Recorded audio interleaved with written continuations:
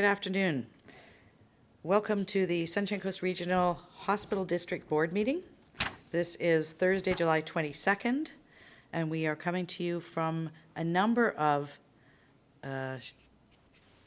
Indigenous properties, Indigenous lands on the Sunshine Coast here. We have the Shishalt Nation and the Squamish Nation, and we have others joining us from other areas of the province. So welcome. We have an agenda in front of us. Are there any additions or deletions to the agenda? Seeing none, I'd look for a motion to adopt the agenda as presented. Moved and seconded. All in favor? Thank you. And first up, we have the Sunshine Coast Regional Hospital District Board meeting minutes of April 22nd. I'd look for someone to move adoption. Moved, seconded. All in favor? Thank you. Then we have two presentations today from our delegations. Our first is with Johan Murray from the Regional Director for Capital Planning, Vancouver Coastal Health. Welcome, Johan. And we'll turn it over. Thank you.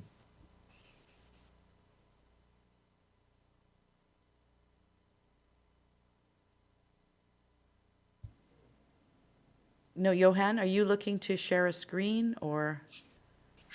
Yes, I can. Absolutely. Am I okay to present? Yes, please. Thank you.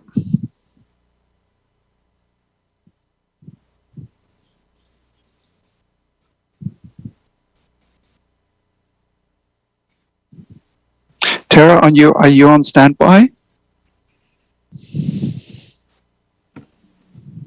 For the presentation, is that what you're talking about? Yes, please. Can you? Unfortunately, Tina might be able to share her screen. I don't have access. Otherwise, we all have it in front of us too. Okay.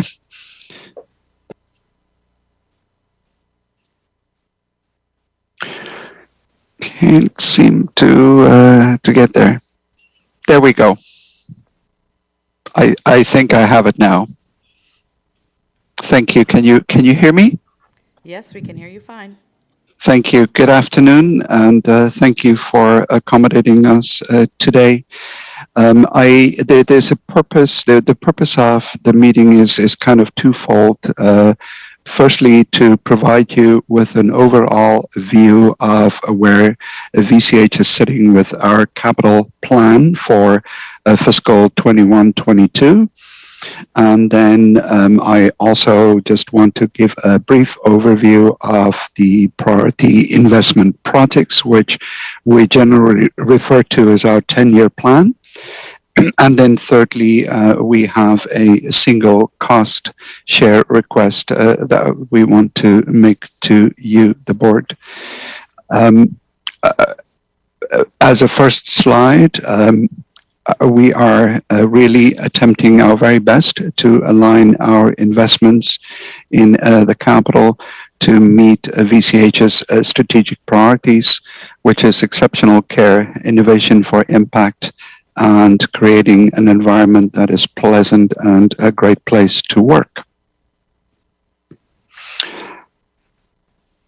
I'm just gonna, sorry, my apology. This is a view of our capital funding allocation for fiscal 22.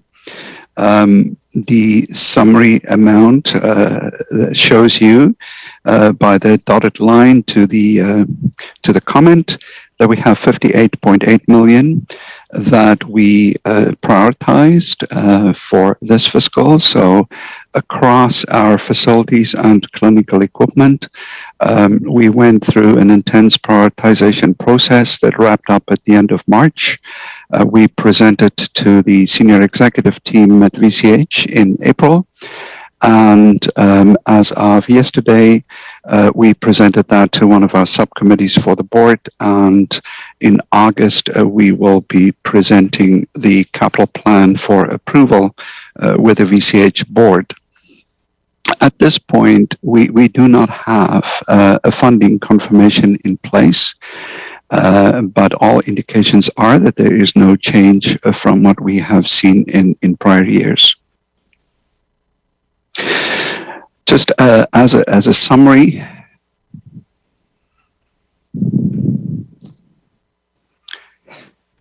overall, when we're looking at our priorities for the fiscal 22, this is with reference to our large priority items, which is currently estimated at around 5.5 million. This is the future asks that we are hopeful that the ministry will include within their total capital plan.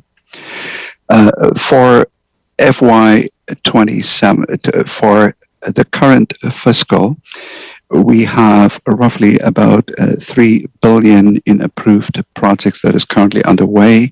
A large chunk of that pertains to the new St. Paul's Hospital. That takes up approximately 2.2 million from that 3 billion.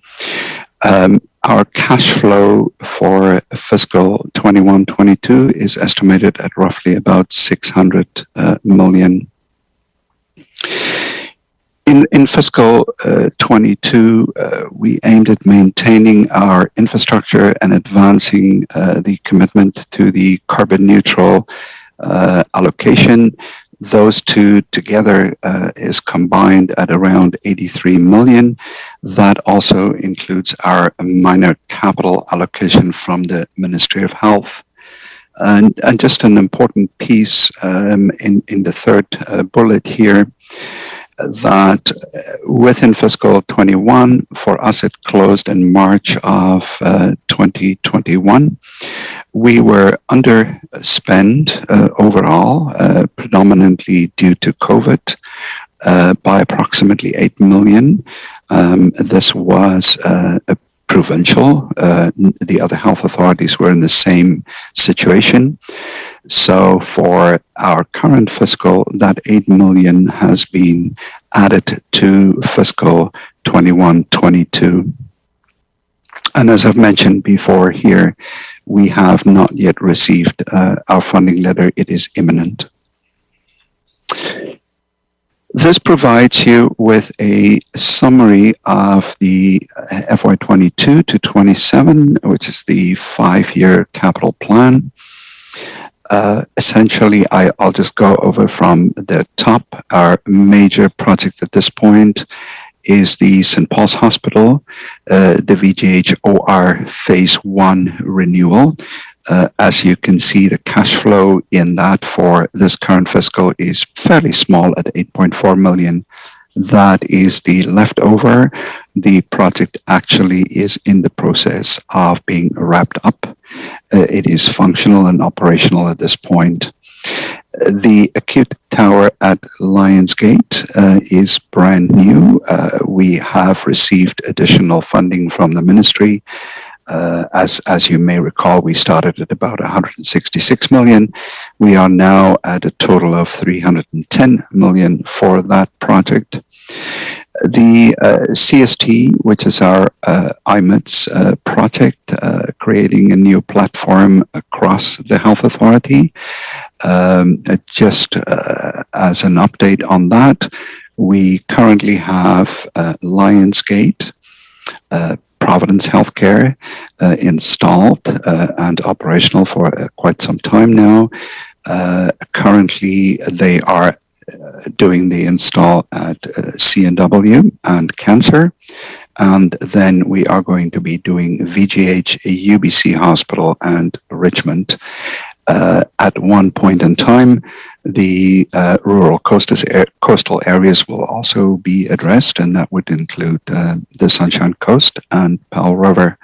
Unfortunately, I do not have that timeline with me at the moment. The last project on our list here is the replacement of a long-term care facility that is owned and operated by VCH. That is situated in Vancouver. That facility is currently under construction and estimated to be completed within about 2.5 years. The second section, which we call enabling projects, really is a breakdown of our infrastructure and replacement type of projects, the bread and butter projects that is keeping the lights on. We group that by clinical equipment, clinical renovations, our long-term care facilities, our facility infrastructure upgrades that is happening, our lease sites, and then clinical applications that refers to IMEDs, the IT infrastructure and business applications, again, with reference to IMITS. As you can see in the bottom section, for the current fiscal, we have 3.1 million that is unallocated currently for the carbon neutral. Just as this the way that the program works, we have to apply for individual projects and receive the approval on an individual project basis. Our allocation is typically around 4.8 million annually, which means we've already received approval for some of it. Our minor capital has been fully allocated for this fiscal. The future years, as you can see here, 19.3 million for the next 3 years. That's not been allocated. And the reason for that is that we receive a funding confirmation on an annual basis. So therefore, we cannot allocate the money that we have not received yet. To the left, just a comment. What this view presents is all of the approved projects that is currently underway and has been approved at various levels, depending on the project itself, right up to the Treasury Board level for the large projects. To the left at the bottom, it's an indication of what we are excluding from this. The majority of these projects that are listed here are a really priority type of investment projects for which we do not have funding. Some of these are actually reflected on our 10-year capital plan with the Ministry of Health. Any questions on this slide before I move to the next one? Directors, anybody have any questions on this one? Okay. No, no hands up. Thank you. Thank you. The next slide here just gives you an indication of the distribution by COC. As you can see there, I think more important here is the actual percentages that sits on the right-hand side. Again, it's a little bit of, it's not really something that you can go by, but it gives us an indication of how we are spending the money in the different communities. Our challenge with the distribution here and the representation of that is that we have some fairly large projects at each one of the sites that skew that distribution. An example of that would be the power plant replacement project at VGH, at LGH, which was around a $26-27 million project. So when you are accommodating large projects like that, it really misrepresent the allocation. But in general terms, coastal COC is roughly around the 18% mark. Here it is at 17% right now. Just on to the next slide. This is the prioritized projects for the coastal COC that we have put forward. This is basically based on, again, an allocation. So the methodology that we follow by COC, which includes Providence Healthcare, is essentially determined by the operating budget. So we use the operating budget as a guideline as to how to allocate capital. And again, to the point earlier, sometimes we have the larger initiatives that we need to address, and that again skew the distribution. So in total for facilities, we are planning to add the 8.1 million to the capital plan for this fiscal. There is no net new infrastructure project upgrades that's been identified for CSHALT for fiscal 21-22. However, we do have an existing project for which we are also asking you for a contribution towards that, and we'll get to that under the cost share. So you will see the additional funds being in this view. The clinical major clinical projects have been prioritized. Again, that also happened in March, and these are the projects that we are moving forward with. And I'm sorry, I probably should have included for you the existing project that is ongoing, but these are the new ones that's been added. And again, as you can see, none of it is specific to CSHALT for this fiscal. We have quite a bit of work that is currently ongoing on existing projects.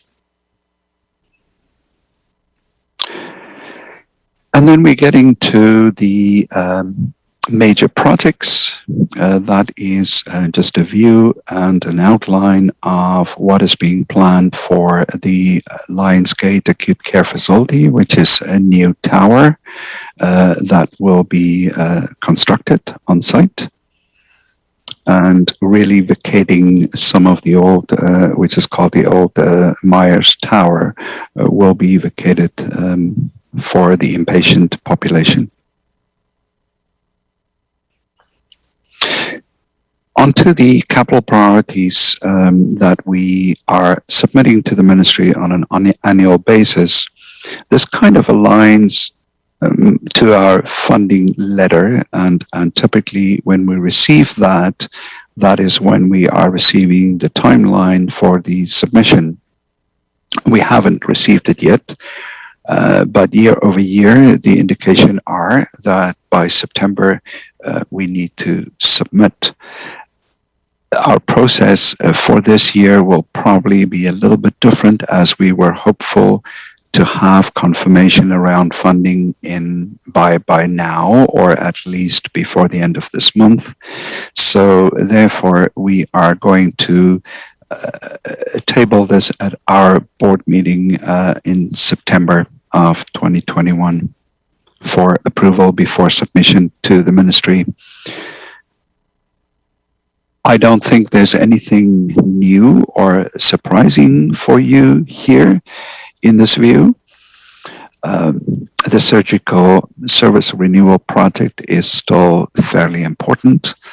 For CSHALT Hospital, we have had preliminary conversations with the Ministry of Health around the project. That was quite some time ago, so they are silent on that at the moment.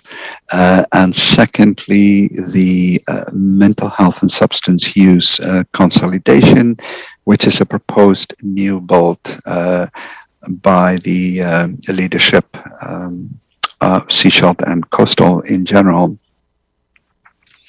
Again, I think this is, to be very honest with you, this is new to this fiscal.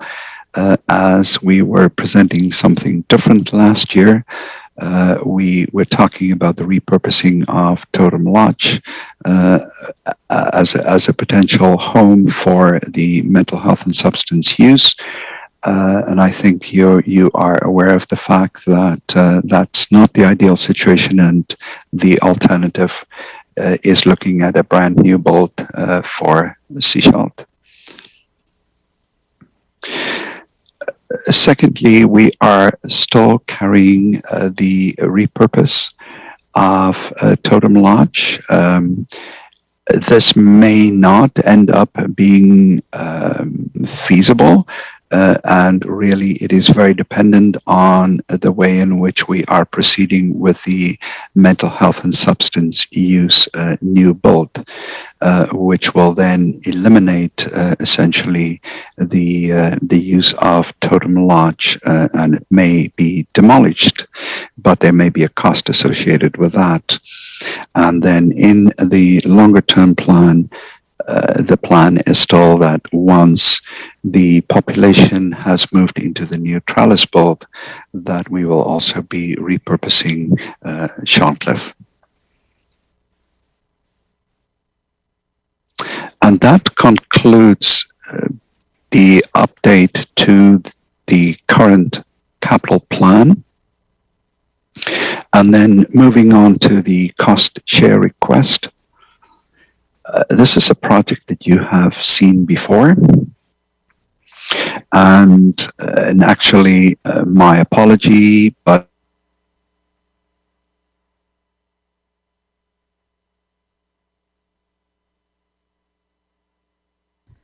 Sorry, Johan. I think we lost Johan. We'll see if he joins back in.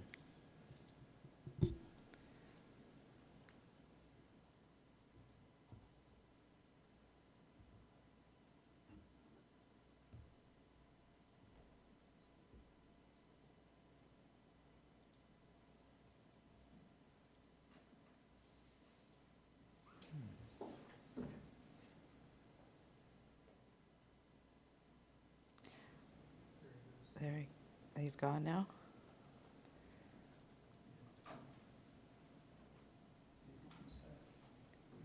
Okay.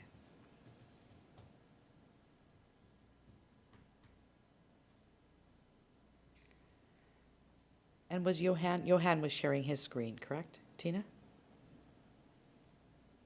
Yes, he was. Okay.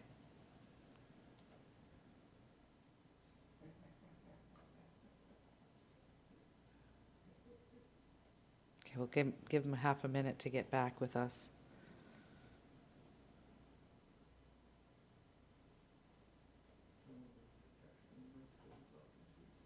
There, he's back. Thank you. Welcome back, Johan. Oh, he's gone again.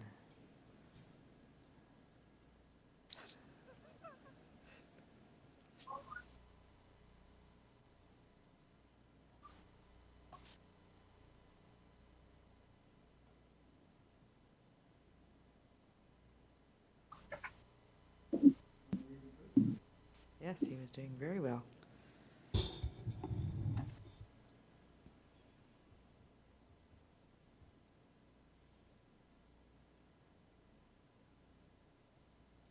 in the attendee list, I just asked IT to promote him.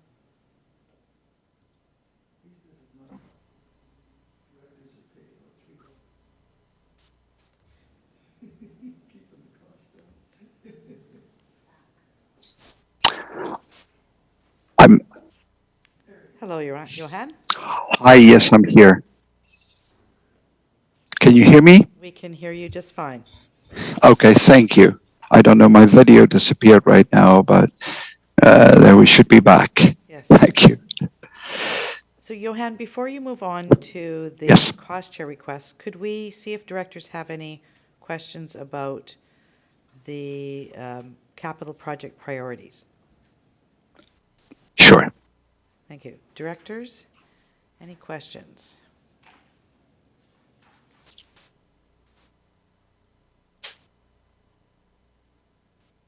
Okay, well, I have one question.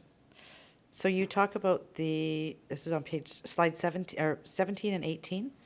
Yes. So you're indicating Seashell Hospital Surgical Service renewal, 20 million, but that has not been, you said that has not been approved, and the mental health substance use consolidation has not been approved.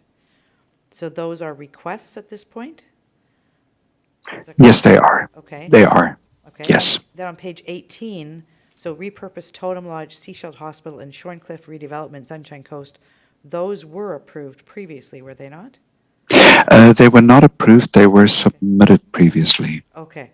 So Yeah. the timing of that was based on the trellis building, is that correct? That's correct. That's correct. So I think for the if you recall, I think for the last 2-3 years, we have put forward both of those as repurposed projects and have included the surgical suite renewal as well.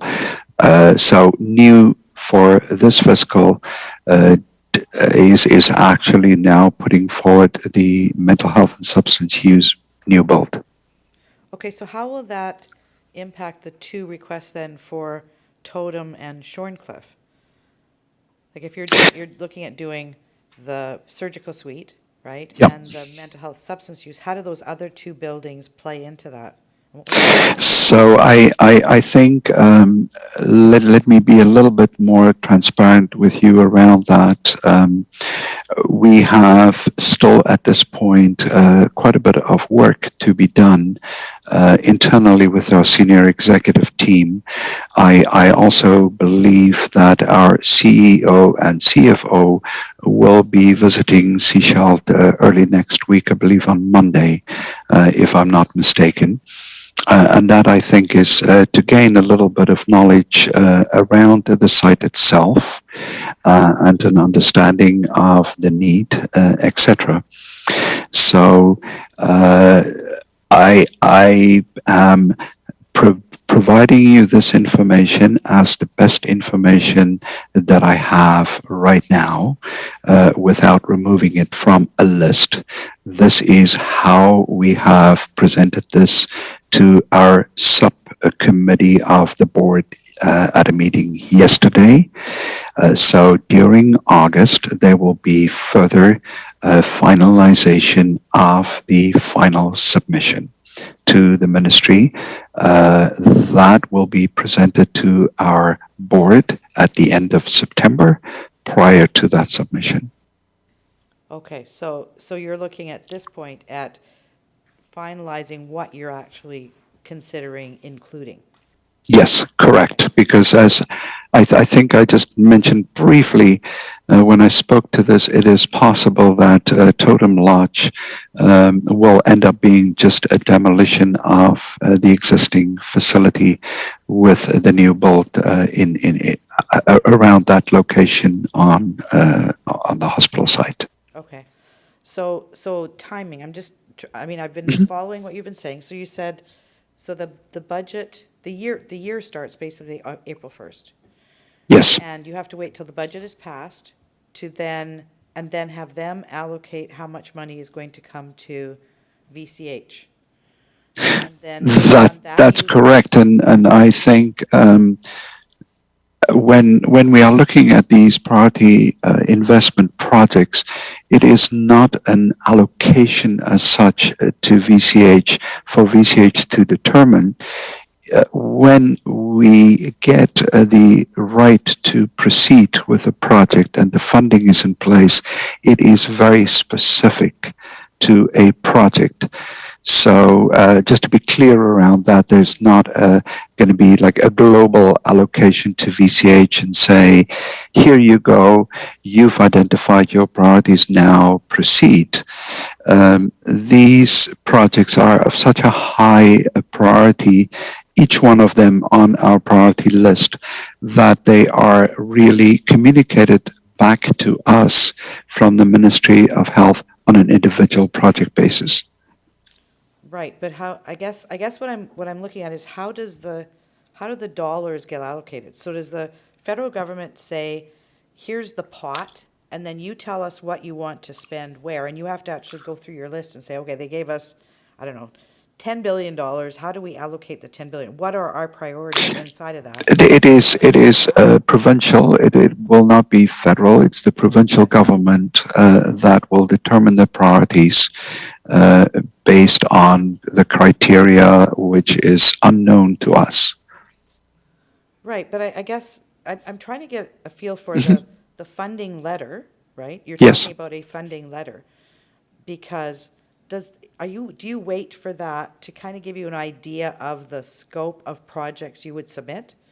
Because, I mean, I guess if it's, they say you got 10 million, but we have $30 million worth of projects, you're not going to Right. submit $30 million worth of projects, are you, or do you? Sorry, just if you can just repeat the last. So I guess what I'm looking at, how do the requests and but the funding letter and, you know, what you actually put forward relate to each other? Okay. So when I'm referring to a funding letter, that is essentially only addressing our routine capital investment allocation plus our CNCP and our minor capital. So that gives us basically our bread and butter dollars to fix our infrastructure, replace our equipment, etc. When we are looking at larger scale priority type of investments or new builds, each one of those are individually selected at a provincial level to put forward. So we may get, let's say, for example, that Ministry of Health is saying, yes, the mental health and substance use new build at Seashelt is a top priority for the province at this point and for VCH. Then we will get a communication from the Ministry of Health informing us to proceed with a business plan for that project. And that is essentially the kickoff. If it is a large scale renovation, or sorry, a large scale new build such as the Lionsgate acute care facility, you do a concept plan first and then you do a business plan. And of course, there are clinical programs, etc., that need to happen in the background. Whereas in this case, I believe some of that work has already been initiated to actually try and get momentum for the mental health and substance use new build. Thank you. I think that where I was getting confused was, I thought that funding letter also included your major capital. That you're saying, no, it's not? And so, It's not. okay, I understand. Thank you. I Yeah. appreciate that. Thank you. So I think tying this priority investment projects back to the provincial budget, that is a better way of looking at it. So in February, when the provincial budget is announced, that is normally when the large projects across the province get a place in the budget. Thank you. I appreciate the clarity. No problem. Thank you. Thank you. Any other questions on this section of the report? All right, let's move on to the cost share requests. Thank you very much. So in short, we are adding additional scope to this project. And we are coming to you and asking for an additional $100,800 to support the project. We have done design work, we have done feasibility studies, everything else for this project, but we have not initiated the actual project. We are just awaiting a confirmation of funding before we can do so. So the request is for just $100,800 to supplement the project for a total project cost of $1.854 million. Thank you. And I'm sorry. It's embarrassing to come back to you for really a second time for a change in project cost estimate. But we are in a place where the market is indicating to us it's kind of like a runaway market. All right, directors, any questions about the request? I know that we'll be talking about it later. All right, seeing no questions, thank you, Johan. Thank you. We'll move over to Marie. Hi. Do I have an ability to share my screen? It looks like I do. So I will do this. And one moment. Slideshow. How is that? Can everybody see that? Yes, we can. There, we'll start at the beginning. So, so thank you, everybody. And I just, to keep continuity and picking up from Jerry's lead in how she presented the minor capital equipment asks last year, I just shamelessly stole her template. As you're aware, so this is an updated list, most recently of a few weeks ago, and it's not necessarily in a priority order at all, and it's certainly equipment which supports patient care in Sechelt Hospital units in various departments.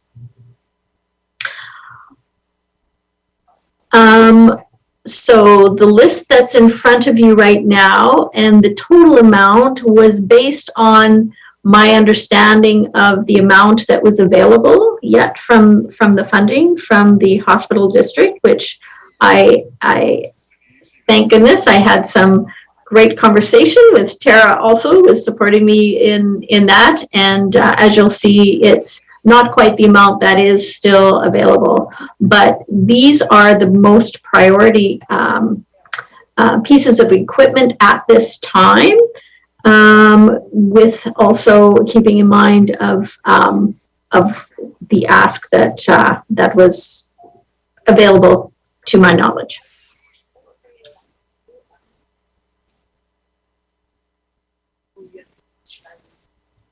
Sorry, Maria, I have one question about the table. Sure. Notice, so we've got estimated unit cost. In some cases, the unit cost and the total cost estimate are the same. Yeah. In others, they aren't. So if we look at the surgical tourniquet, Yes. so it's 16,000 is estimated, but then total cost is 17,256. So some are the same, some are different. Do you have any idea why that is like that? Yeah, so from what I've seen in some of the estimated costs, there are costs that are related to the delivery. There are costs that are related to taxes. Some things are taxable, some things have a different tax level. So so that's where the variance comes in there, Donalda. Thank you. That explains that. Yeah. Any other questions from any of the directors? No hands up. Let's move on. Great. One little piece of information too that we're making a little bit of a shift is we are going to be coordinating our lists with our facilities and maintenance folks, as well as our biomedical folks. So some items are identified through biomedical engineering that are coming near to the end of life. And so we're just wanting to make sure that our asks and our prioritizations are aligning with the current life of equipment that we have in the hospital, as well as sometimes equipment as it's coming to its end of life. That may mean based on the availability of the parts to be replaced, and certainly keeping up with technology as it's rapidly moving forward. So I just wanted to add that little piece in there. We have a question from So, Director Toth. sorry, go ahead. Yeah, we have a question from Director Toth. Go ahead. Thank you. If you can back up one slide. Yep. The bladder scanner at the bottom of the list.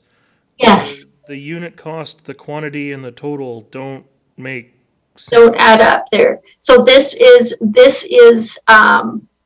for, oh, that I see, unit cost 16,000. It's I'll go back and double check on that and see if that was the transcribed costs that I got from the capital list. So I will double check on that. I believe one or two. So yeah. So that would that could potentially impact that bottom number as well, right? It could, and I can have that information back to you by end of day. Thank you.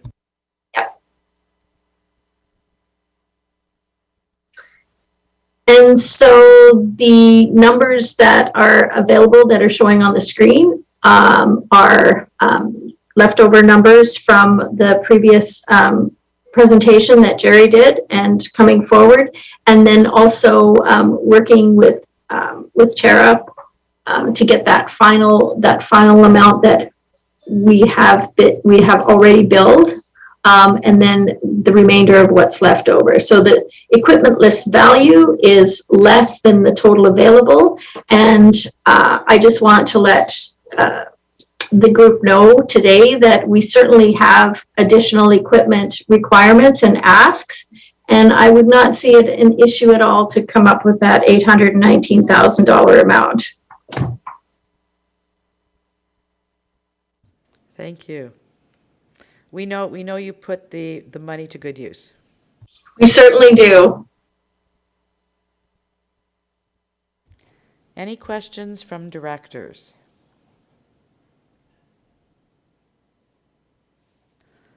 All right, seeing no questions, thank you, Marie. Thank you. Yeah, Director Beamish. Just a question, is it possible at all to consider moving money between minor capital and the major capital requests? I'm looking at $100,800. Is that, can that be moved about like that? So from a health authority perspective, is that your question? Yes. And Johan, feel free to jump in here as well, but our cutoff for minor capital requests, the piece of equipment has to land between a $5,000 and $100,000. So any one individual piece of equipment that the costing is over $100,000 has to be a major capital equipment request. So there is that parameter around what defines minor capital and major capital. Yeah. Absolutely, that is correct. If I may just add on to that, so I think also we probably need Tina's input here as well, because I think even from your side, you from the ACRHD side, you view these as distinct and separate. Tina, did you want to address that? I can, but what's wonderful is we have a report that precedes this that kind of talks about this. So, yeah, I think we can definitely clarify. Would you like me to do that now, Chair? Or do you want me to just flow into that, or do we have any further questions for Marie? We'll get to that in the next piece. Question I have for you, though, is with these minor capital, do we actually need to pass any kind of recommendation as the board for this, or is this just to inform us? It is just to inform, because these amounts have already been approved in the SRHD budget. So this is really just a reporting back as to how they plan to go through those funds for the current year. And of course, we have quite a significant amount of catch up, but it looks like they're getting through it, which is wonderful. All right, thank you. Any further questions for Marie before we move on to the next reports? Seeing no further hands up, first I'd like to entertain a motion to receive all the reports. Moved and seconded, all in favor? Thank you. So let's move on to Annex D. This is the revised minor capital grant policy. And I believe, Tina, this is where you get to talk about that. Thank you, Chair. So yes, the revised minor capital grant is in front of you because this policy has been in effect for several years and has never been updated. I don't believe this board has also had an opportunity to see this particular policy. So I think it's very timely, especially as now we are looking to get through that minor capital. There was kind of a period of about 5 years, and that's as the renovation expansion projects were happening. there was kind of a pause on kind of this spending. We also had really positive outcomes because the foundation was supporting a lot of these equipment needs. So again, it's all good news. But I guess staff are just seeing that there's an opportunity, both from, staff changeover, board changeover, and just a refresh to update this particular policy and align it with our financial planning process for the regional hospital district. So as it relates to minor capital, there is some definitions within the Hospital District Act and part of a review that was undertaken several years ago. And it is correct, things that are typically under 100,000 are considered minor capital. And so the Regional Hospital District has elected for several years now to put a minor capital amount that is somewhat unrestricted in the fact where we don't pick and choose what projects are going to be doing, and hence these updates that come to us from the hospital director to outline what they're going to spend those amounts. And that amount is now $240,000, which has been in effect since 2009. And for the 2021 budget, we had about 1.3 million that had been unspent. And that was again in Marie's presentation there. So what staff are outlining here is really that we perhaps look to allocating the minor capital because there's certain nuances within the policy, right? So from a minor capital equipment, we are allowing, or have somewhat in the past allowed, for the hospital to pool certain types of equipment. So I think what we're saying is that we still want to keep specific equipment items under the 100,000 threshold, but we recognize that sometimes they need to purchase 1, 2, 3, 4, 5, just depending on the type of equipment. And it might, from a pooled perspective, be over that 100,000. And so I think what we're recognizing is that based on the various plans, we would like to offer an opportunity to be flexible in that option, because theoretically, that particular item is less than the 100,000, but it would probably be a little more, it would not streamline the process if we made them come through for capital requests each and every time they had those types of things, because the staff feel that the reporting back once or twice a year is part of the financial planning process. And this is all outlined in the MOU too, that it's sufficient for the board to have some review and discretion on some of those items and ask some questions. So that's kind of what we have in front of you today. And yeah, we're happy to take any questions. And again, from the financial planning perspective, that's sort of a separate part as to whether or not we want to change that particular amount from the 240. Thank you. Directors, any questions?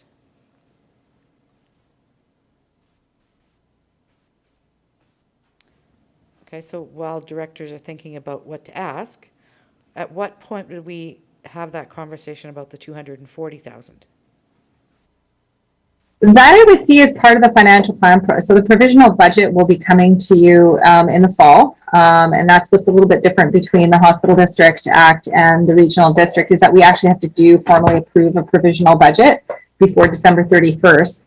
And so what we could do is we could, of course, speaking with our Vancouver Coastal Health partners and understanding if that amount is still sufficient. I think we are, as what's seen today, is we are playing catch up.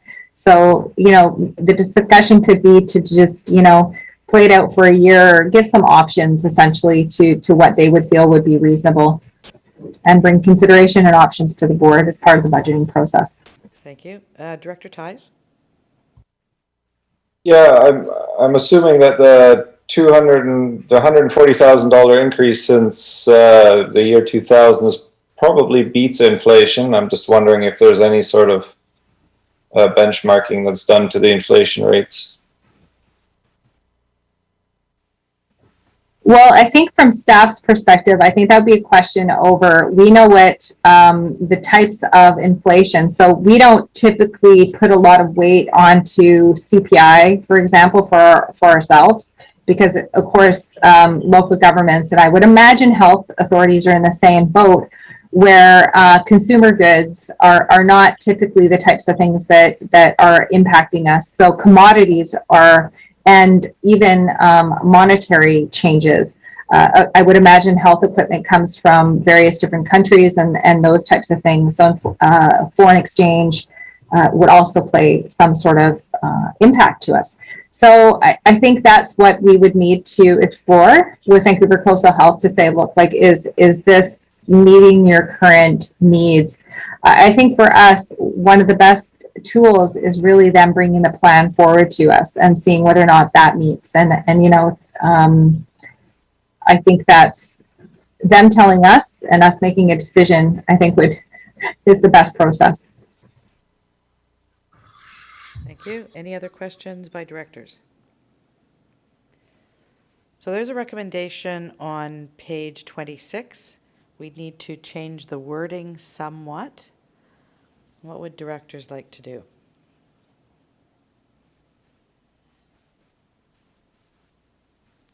So the request was to amend the policy to increase the minor capital amount for any project to $150,000.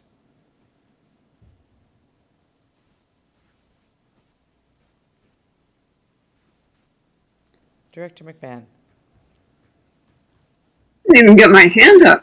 I know, but I can see what you're doing. I can see you reach for it. Okay, so what we're looking for, did we already receive the reports or not? Yes, we did. Okay, so that the board adopt the minor capital grant policy as amended. Is that correct? Probably as amended to increase the maximum price to 150,000.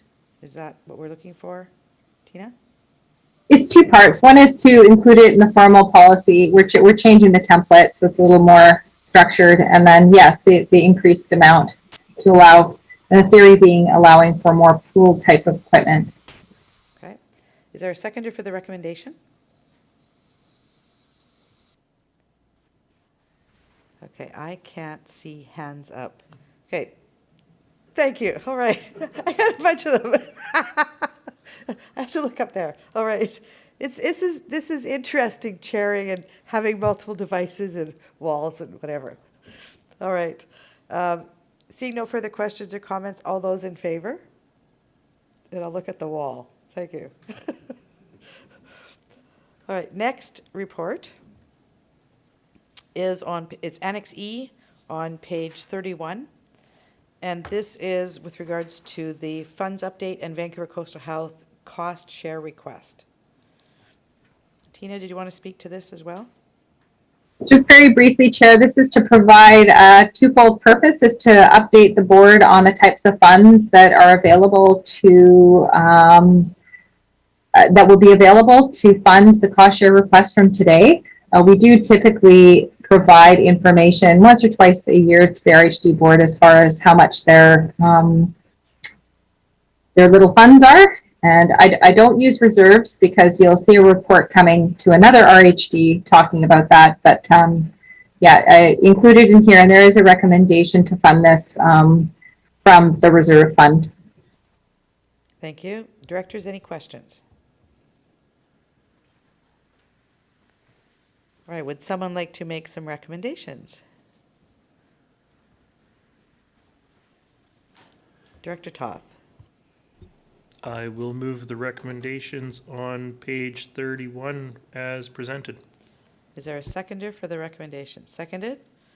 All right, seeing no further questions or comments, all those in favor? Thank you very much. I believe that brings us to the end of our agenda, so I would look for a motion to adjourn. Moved and seconded, all in favor? Thank you. Thank you, Johanna Marie. It's always great to have you here. Thank you so very much. much. Thank you. And I will get that clarification about our bladder scanners off as soon as I get it. Thank you. All right. Thanks. See everyone in the next meeting. Bye. Bye-bye. Thank you. Bye.